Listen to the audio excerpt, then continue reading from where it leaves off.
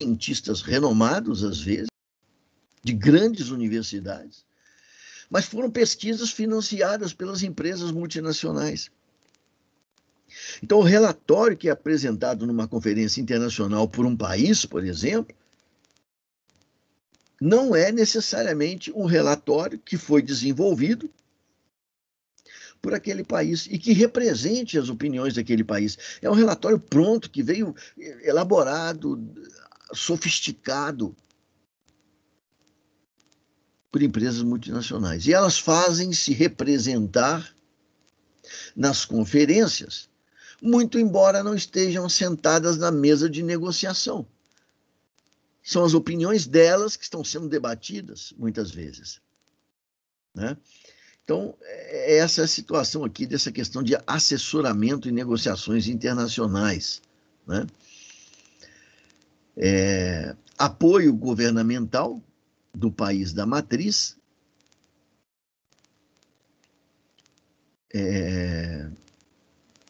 então, esse caso aqui é um caso em que, por exemplo, o governo de um país, né, se envolve para facilitar ou fazer valer os interesses de suas empresas nacionais particulares. Né? Nós estamos assistindo hoje que eu digo agora, nesse momento, nós estamos assistindo um caso típico desse, né? De apoio governamental do país da matriz, né? No que diz respeito à questão lá do 5G. Né?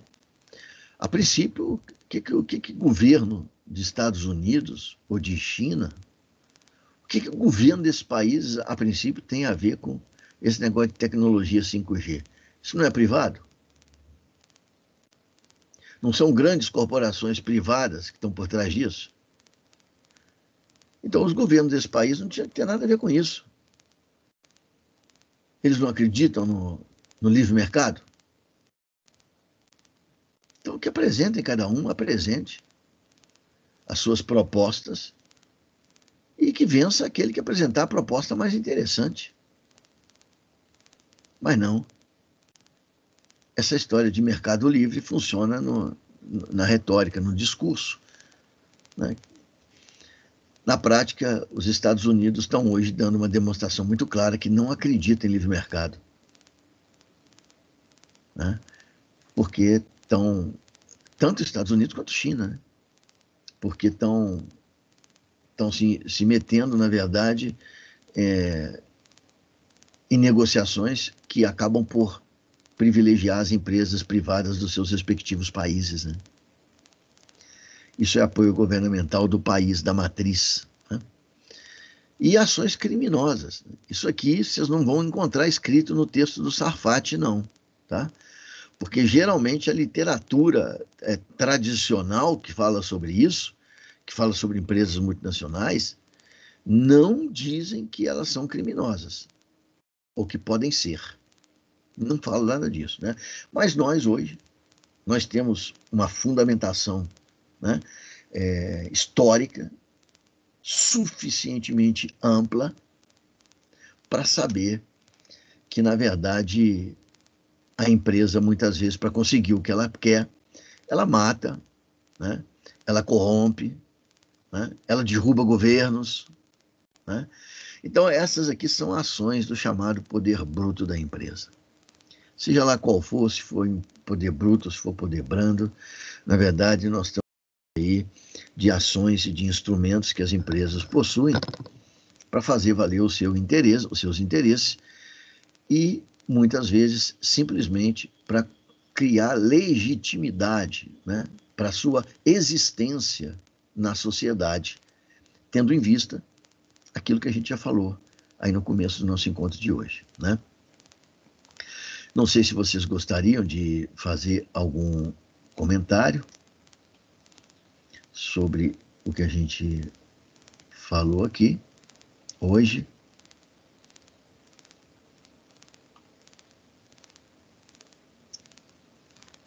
Não?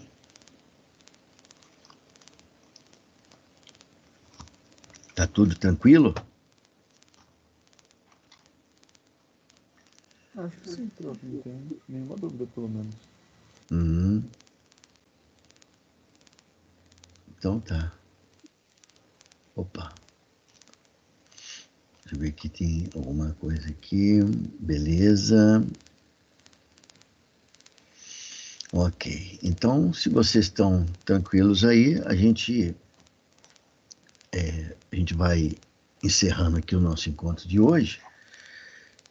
Na quarta-feira, nós vamos falar um pouquinho sobre o novo status da relação entre as transnacionais e a economia brasileira no século XXI. Né? Nós já tivemos aí a oportunidade de ver que a economia brasileira, desde o período da sua independência, né, as nossas lideranças econômicas e políticas, né, optaram por um modelo econômico de associação com os capitais estrangeiros e, particularmente, com as empresas estrangeiras. Né? Então, nós vimos que lá na disciplina de Economia Política Internacional, nós tínhamos visto que o Brasil, para conseguir a sua independência, precisou comprá-la, na verdade, né? Porque os portugueses não queriam reconhecer a independência brasileira, até que o Brasil assumiu a dívida que Portugal tinha com a Inglaterra. Então, a partir desse momento, nós construímos ali um laço inicial através de dívida externa com os ingleses. E de lá para cá isso não parou mais, né? Não só os empréstimos que o Brasil fazia, mas também outras modalidades aí de dependência dos capitais estrangeiros, né? Por exemplo, antes mesmo da nossa independência, em 1810, como vocês se lembram bem, né? Sob pressão da Inglaterra, Dom João VI abriu os portos brasileiros às mercadorias inglesas, né? E desde então, isso ali se tornou uma regra na economia brasileira, uma economia com um mercado relativamente aberto para que aqui fossem consumidos os produtos fabricados, principalmente, não apenas, mas principalmente na Inglaterra.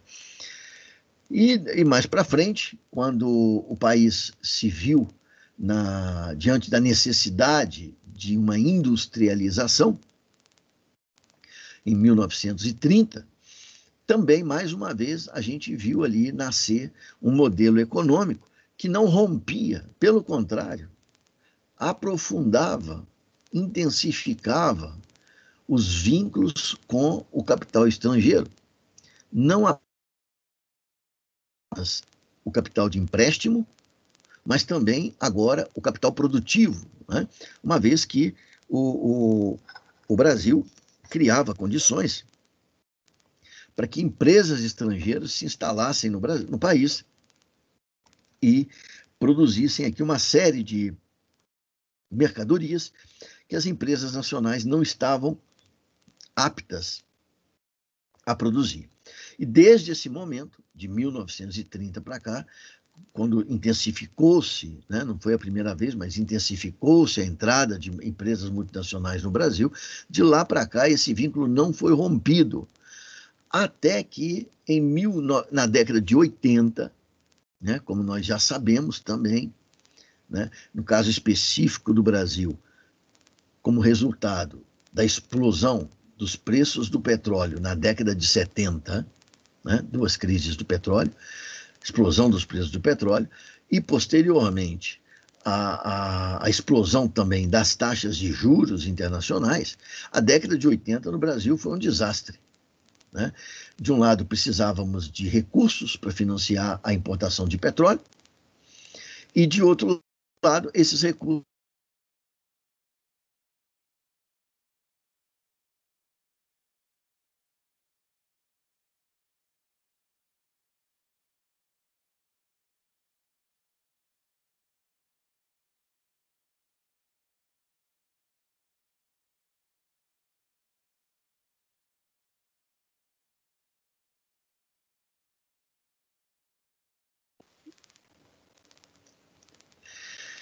E a gente conhece ainda hoje, né, essa década de 80 como década perdida, né, como consequência de tudo isso.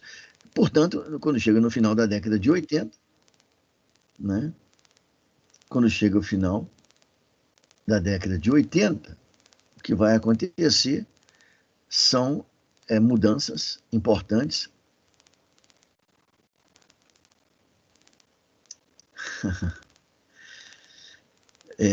Olha só, o final da década de 80 impõe uma série de mudanças, né, por conta do estrangulamento no nosso modelo de desenvolvimento, e é o que a gente vai falar exatamente a partir daí. O que acontece a partir de então com a relação do Brasil com as empresas transnacionais, que vai entrar pelo século XX e vai do jeito que estamos aqui hoje. Então, gente, a gente vai continuar aí na sequência, na quarta-feira. Eu agradeço pela presença de vocês, desejo uma ótima semana, né? E a gente se vê quarta-feira. Tá bom? Um abraço para vocês, muito obrigado. Obrigado, professor. Até quarta-feira. Tchau, tchau. Até. Obrigado.